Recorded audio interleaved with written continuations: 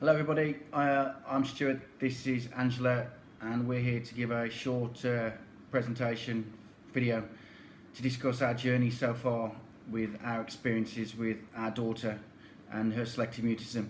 Bit of background, our daughter's now 6 years of age, was identified when she was 3 in term 1 of entering nursery school that she'd got some severe separation anxiety issues, and at that point didn't speak in school whatsoever. Having done some research by half term of that first term on the internet, it became apparent to me that she was probably suffering with selective mutism, as a consequence of which I went back to the UK to do a course to educate myself into selective mutism, and then came back because the family live in Thailand, so we're somewhat separated from the UK. Reached out to some child psychologist counsellors with regards to selective mutism, and it became apparent that the professionals in the region, their approach to selective mutism was so far detached from what was being practiced in the UK, both in the Selective Mutism Resource Manual and professionals like Lucy Nathanson, that we were somewhat stranded and feel a bit isolated and had no help living in Thailand. And similarly, the schools here had no real training or experience with selective mutism, even in international schools. As a consequence of which, we had no confidence in either our own abilities or locally of how to go about dealing with our daughter's selective mutism. So we reached out to Lucy Nathanson and asked her for assistance in managing our daughter's, our now 6-year-old daughter's case. Obviously, logistically, this was a bit of a challenge for everybody, but Lucy quickly showed herself to be up to the task. And what we did was we managed our daughter's case initially with monthly Skype sessions, conference calls between parents and Lucy. What we did there was we identified her case, her behaviours, both in the school, at home and other environments, and Lucy then put together action plans to address her condition both at school, home and peripheral environments such as shops and marketplaces in which to deal.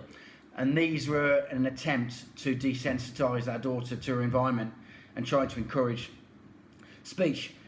In addition to this, Lucy came up with strategies to use a sliding in process. Firstly, we slid in her first teacher. Obviously, there was a process whereby we had to approach the school to get the school on side, because the school had got very little or no experience of identified selective mutism cases.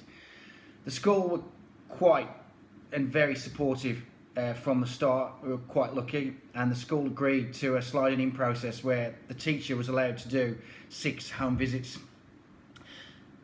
These sliding in processes were very much managed and steered by Lucy, and she gave us the mechanics of how to do this. Again, we had to do this in absence of Lucy and do it ourselves.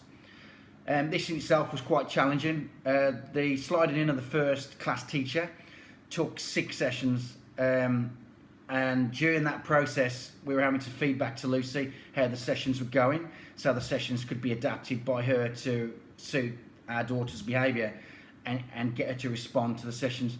One of the things that Lucy came up with is, obviously Lucy has her own tools and games in order to facilitate speech, but obviously being in Thailand, again, we don't have access to the same sort of raw materials and resources that are available to parents in the UK. However, we did overcome. Something that we used as a tool was Jenga, which again I think has been used, but what we had is our Jenga had colours, so we were able to facilitate speech with forced choice questions by literally giving the child choices of colour to facilitate speech in that first instance.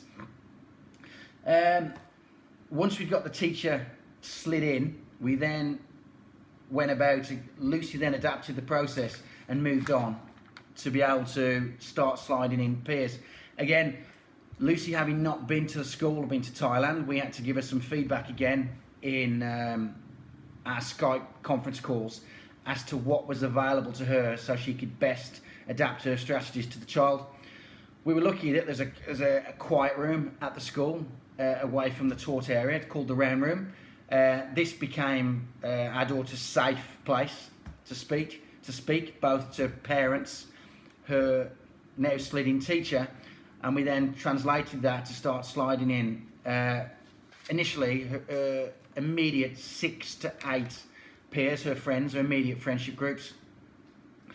Over the next 12 months, again, with conference calls and strategies put in place by 𝗀𝗲𝗏 and emails, one thing I would say about 𝗀𝗲𝗏 is that because it was being remotely managed, 𝗀𝗲𝗏 was very good to respond to emails outside of the monthly agreed Skype calls and put action plans into place and to adapt the strategies quite quickly, because obviously it's a very fluid, dynamic environment with a child in reacting and behaving as she grows and learns to speak with her peers.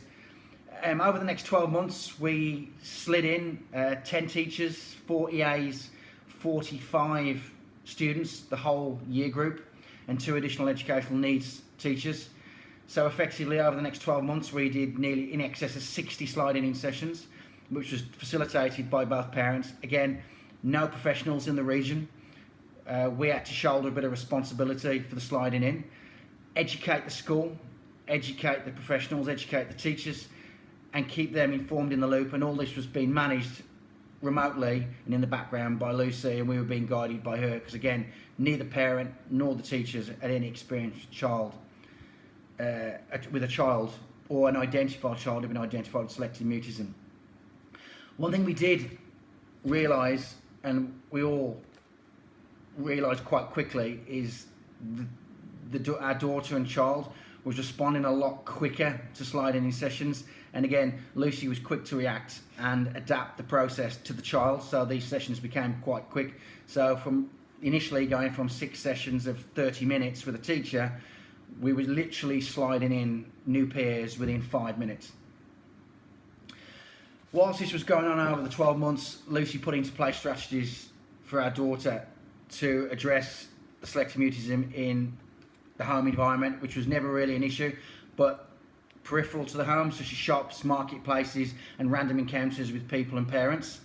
So pretty much we were having to manage her condition 100% of the time. So when she was meeting strangers and parents of school friends, we were constantly facilitating speech with forced choice questions, giving her answers, answering the questions for her, all those tools that you use with forced choice questions to give her confidence. So we were constantly desensitising her to her environment. And again, just to reiterate that throughout that 12 months, 𝗀𝗲𝗏's response to emails and putting into place action plans and amending action plan strategies was very quick. We got to a point where we'd done everything remotely that we could do, and 𝗀𝗏 decided that it was time for an intensive, and that she could then come from Europe, the UK, and do a 1-week intensive in Thailand. So she took it upon herself to come to Thailand and work with the child. Prior to that, she put together a set of school videos, which the school got access to. 𝗀𝗏 went through a process of educating all the educational professionals in the school as to what they should or shouldn't do.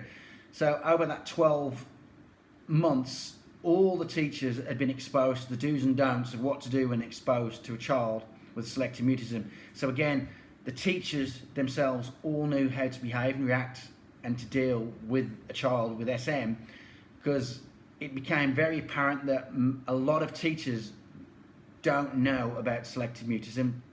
They misguidedly and very innocently think it's a shy child. But we found that once the teachers in the school had been exposed to her series of videos, it was like, oh, we now realise what the problem is. So we found that 𝗀𝗲𝗏's online videos were a very useful tool for the educational professionals and helped us sell our case to the school to address. So we got to the point where the school had agreed to an intensive. We approached the school. Again, there was a lot of dialogue between 𝗙𝗔 and the educational needs teachers, and 𝗙𝗔 had dealt with the school directly for us, telling the school exactly what she needed in terms of an intensive, and the school were very good to get on board. So 𝗙𝗔 had 100% access to the child, to the teachers and the staff. This all started with 𝗙𝗔 coming to Thailand. We had a 1-2 hour session at home where 𝗙𝗔 met with the child. That went very, very well. She was slid in within 5 minutes and established some excellent rapport with the child, to the extent where it went so well we had to turn around and said, I bet you don't believe that she doesn't speak in school. So with 𝗙𝗔 slid in, 𝗙𝗔 attended the school on the first day of the week. Now, having done a year sliding in with over 60 individuals and done all the action plans, up until this point, the child and our daughter had never spoken a word in the classroom environment during school hours. While she'd spoken to her peers, to her teachers in the classroom, this was never during 8 till 4, during the school day. It was always peripheral to the school day.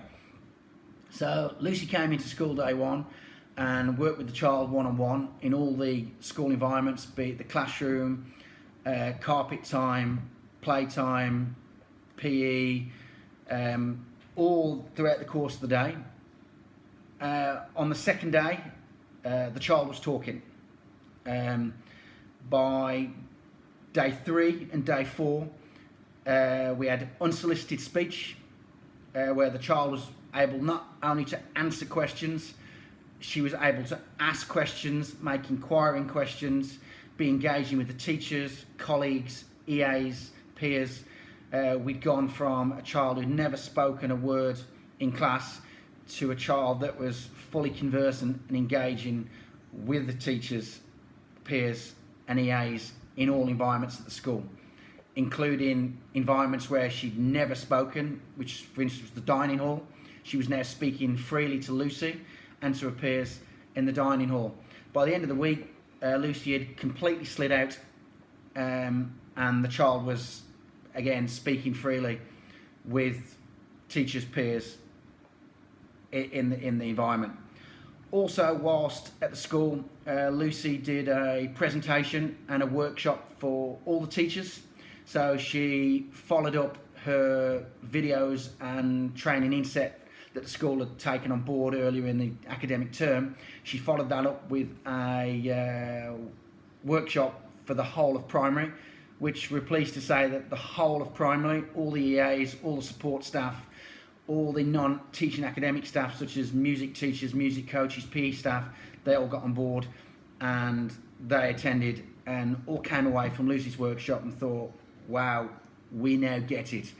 So what you get from 𝗙𝗔 is not just a very experienced child counsellor, child psychologist who's got extensive experience with working with children with SM.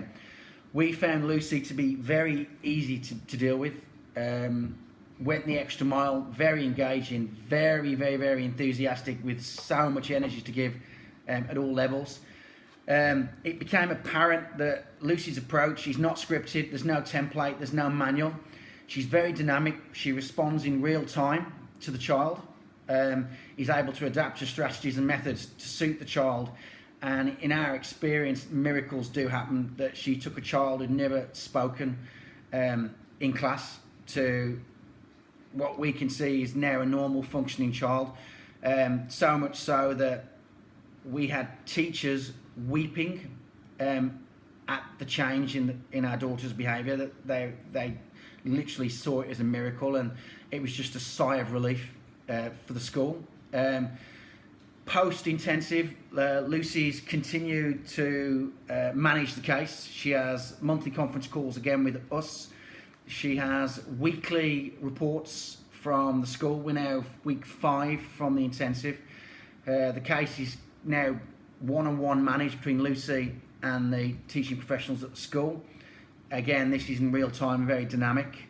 We continue to have our monthly Skype calls to feedback from the home.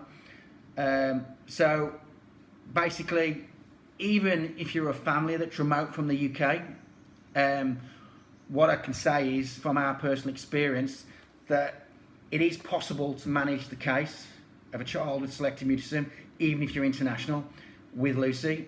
And from our own experience, we could highly recommend 𝗙𝐶's approach internationally and to be guided by her. And there is an onus on the parents that you need to educate yourself, be guided by 𝗙𝐶, be inquiring, and use her strategies in real time. And I hope this helps. Thank you.